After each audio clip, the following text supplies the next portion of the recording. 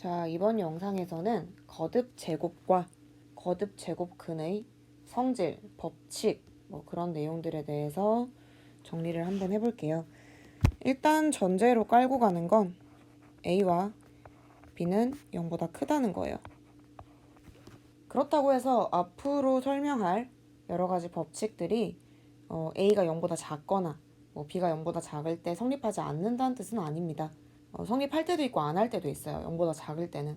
그렇기 때문에 이 지수의 밑부분에 음수가 나오거나 0이 나오는 경우에는 한 번 더 생각을 한 다음에 문제를 풀어야 한다. 이런 정도로만 이해하고 넘어가시면 될 것 같아요.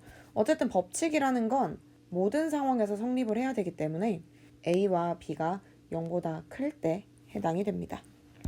일단 1번 A의 M승과 A의 N승을 곱하면 A의 M 플러스 N승이 됩니다. 간단한 예시를 들면 5의 제곱과 5의 3승을 곱해봅시다. 그러면 이 5의 제곱은 5를 2번 곱한 것과 같죠. 마찬가지 이 5의 3승은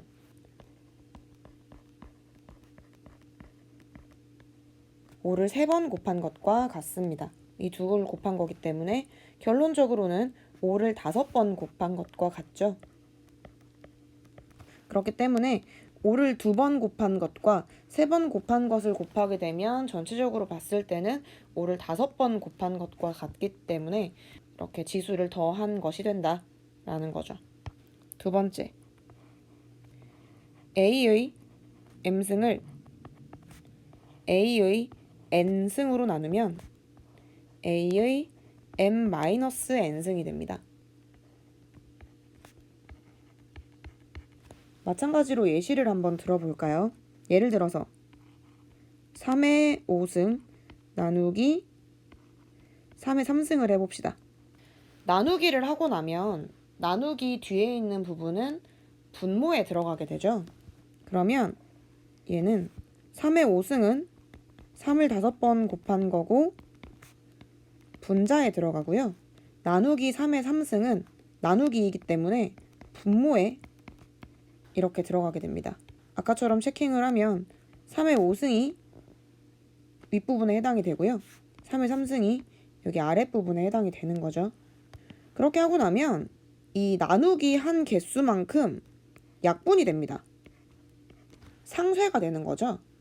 그러니까 3을 5개 곱한 거에서 3을 3개 곱한 걸 나누게 되면 얘가 아래랑 위가 약분이 되기 때문에 결론적으로는 3의 3승을 나누게 되면 개수로는 빼는 것과 같은 결론을 내게 됩니다. 그렇기 때문에 3의 제곱만 남게 되죠. 여기서 조금 더 확장을 해서 생각을 한번 해봅시다. 첫 번째 확장. 만약에 3의 5승을 3의 5승으로 나누면 어떻게 될까요? 그럼 위의 규칙에 따라서 지수끼리 빼는 게 되니까 3의 0승이 된단 말이죠. 이 부분을 분수로 작성을 하게 되면 3을 5번 곱한 걸 3을 5번 곱한 것으로 나누기 때문에 앞에 있는 3의 5승을 분자에 쓰고 뒤에 있는 3의 5승을 분모에다가 쓰게 되면 위에랑 아래, 그러니까 분자와 분모가 같기 때문에 1이 되죠. 그렇기 때문에 이제 모든 수의 0승은 1이다 라는 결론을 얻을 수가 있습니다. 2-1 규칙이 되겠죠. 모든 수의 0승은 1이다. 두 번째 또 확장해서 생각을 해볼 수 있는 게 3의 3승 나누기 3의 5승 이런 걸 한번 생각을 해봅시다. 얘는 위의 규칙에 의해서 계산을 하면 3의 3-5니까 3의 마이너스 2승이 된단 말이죠.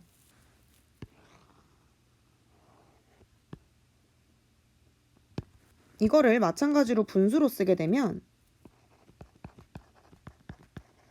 분자에 3이 3개가 쓰여지고 분모에 3이 5개가 쓰여지게 됩니다. 앞에 게 분자, 뒤에 게 분모 이렇게 되죠. 그러면 위에 있는 3 3개랑 아래에 있는 3 3개가 약분이 되면서 3의 제곱분의 1이 남아요. 결론만 확인하게 되면 3의 마이너스 2승은 3의 제곱분의 1이 된다라는 거죠. 그래서 쓸 수 있는 2-2 a의 마이너스 n승은 a의 n승분의 1과 같다. 다음 세 번째 규칙. a의 m승의 다시 전체 n승은 지수끼리 곱한 것과 같다. 마찬가지. 예시를 들면 5의 제곱을 다시 3승을 해봅시다. 그럼 이거는 5의 제곱을 3번 곱하는 게 되는 거죠. 이 1번 규칙에서 생각을 해보면 밑이 같은 숫자를 곱하게 되면 밑은 그대로 두고 지수를 더한 것과 값이 같다라는 규칙이 있었죠. 그렇기 때문에 얘는 5에다가 2를 3번 더한 꼴이 됩니다.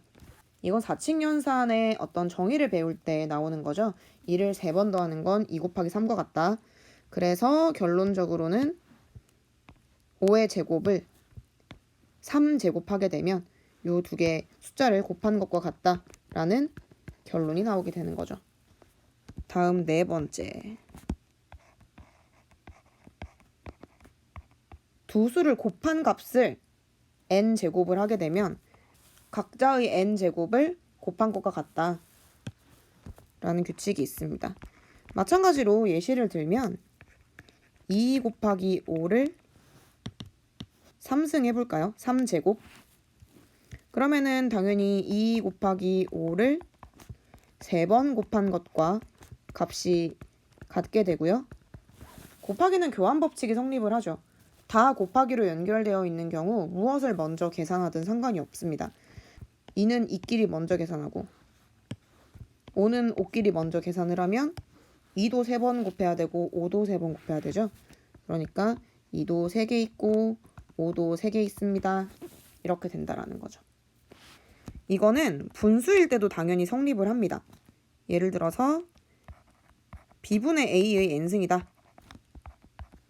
그럼 당연히 이것도 b의 n승분의 a의 n승으로 쓸 수가 있는데 얘도 마찬가지로 예를 들면 2분의 5의 3승이에요.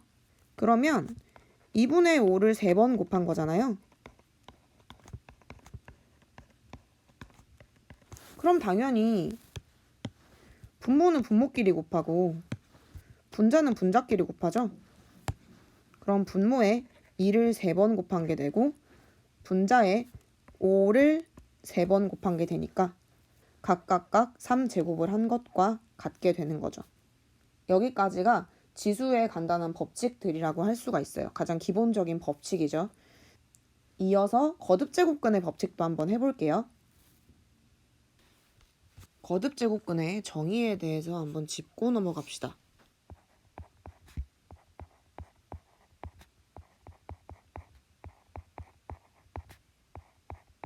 거듭제곱근의 정의가 뭐였죠? 어떤 숫자를 n 제곱했을 때 a가 되게 하는 수. 이때의 네모를 우리는 n 거듭제곱근 a라고 썼단 말이에요. 그러면 네모에 n 거듭제곱근 a를 집어넣을 수 있단 말이에요. 그래서 나오는 첫 번째 거듭제곱근의 성질 법칙 n 거듭제곱근 a의 n 거듭제곱은 a와 같다라는 거죠. 요거 여기다가 집어넣으면 똑같은 식 나오니까 여기도 마찬가지예요. a는 0보다 큽니다. 그리고 이후에 b도 나올 거니까 b도 0보다 커요. 그러니까 거듭제곱근 부호 안에 들어가는 숫자는 일단 0보다 큰 걸 가정한다고 생각하시면 돼요. 0보다 작을 때도 있죠. n이 홀수면 0보다 작은 값도 들어갈 수는 있어요. 근데 그거는 조건부기 때문에 일단 a는 0보다 크다라는 거 생각하고 들으시면 될 것 같습니다. 자, 그럼 여기서 n 거듭제곱근 a라는 걸 a의 거듭제곱, 그러니까 지수를 붙임으로써 표현을 할 수가 있어요. 걔를 한번 도출을 해볼게요. 그 특정 값을 별이라고 합시다.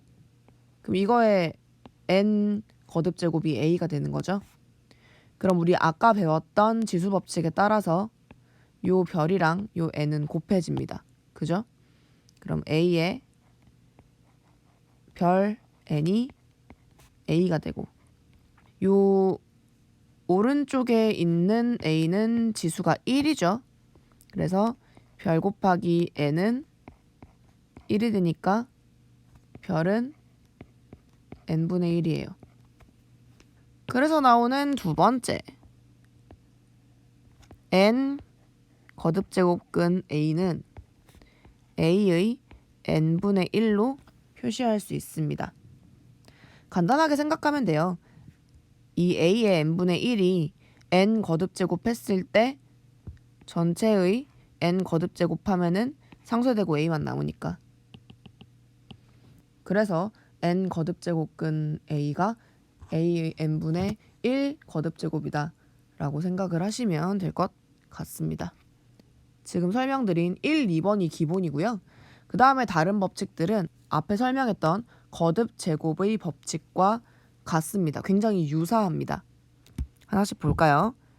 n 거듭제곱근 a 곱하기 n 거듭제곱근 b는 어차피 이 거듭제곱근이라는 것도 지수나 다름없죠.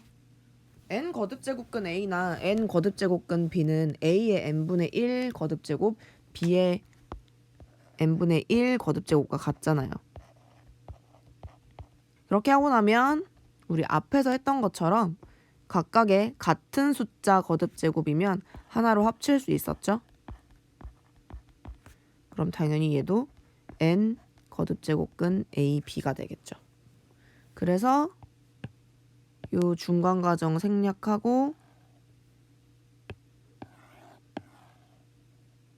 이렇게 된다는 거예요. 이해되세요? 자, 다음도 마찬가지예요. 두 번째 거. n 거듭제곱근 a의 m승. 그러면 거듭제곱을 다 지수로 바꾸면 a의 n분의 1 거듭제곱의 m승이 되잖아요. 그럼 당연히 전체 지수 하면은 지수끼리 곱해지니까 a의 n분의 m승이 되죠. 그러면은 원래 지금 m이 밖에 있고 n분의 1이 안쪽에 있었는데 곱하기라는 건 교환 법칙이 성립하죠. 그러니까 a 곱하기 b랑 b 곱하기 a는 같잖아요. 그럼 우리는 여기서 원래 n분의 1 여기서 n분의 1 곱하기 m이었는데 두 개를 바꿀 수 있어요. 그 말은 위치를 바꿀 수 있다는 이야기죠. 이렇게.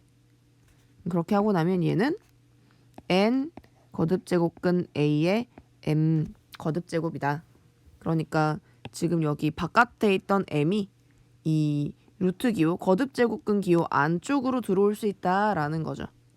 그래서 중간 과정 싹 생략하고 두 개가 같다라는 거죠. 이제 여기서 약간 도출할 수 있는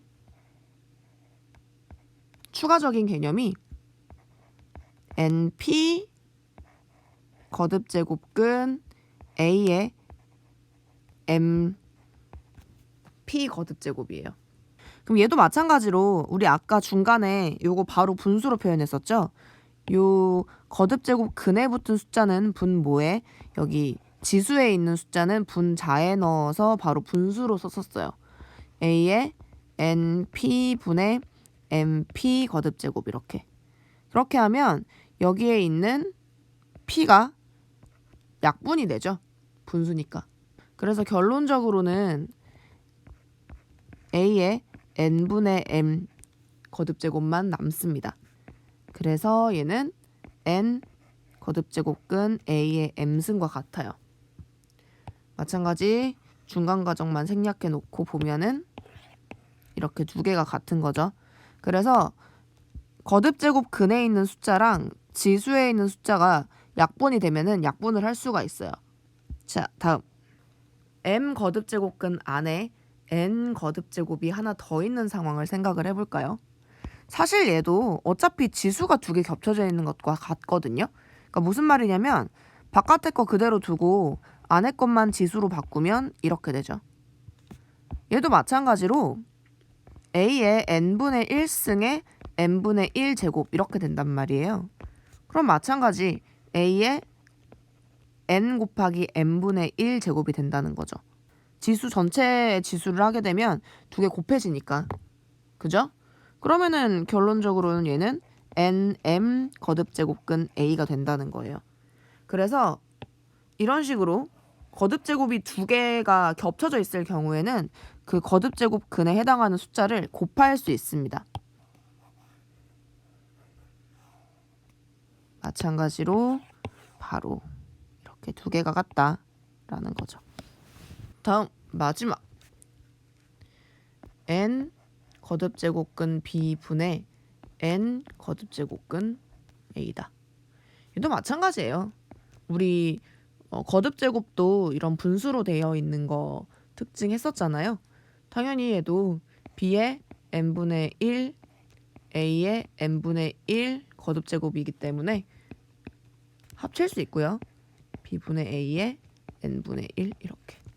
그럼 이거는 n 이렇게 바꿀 수 있죠. 그죠?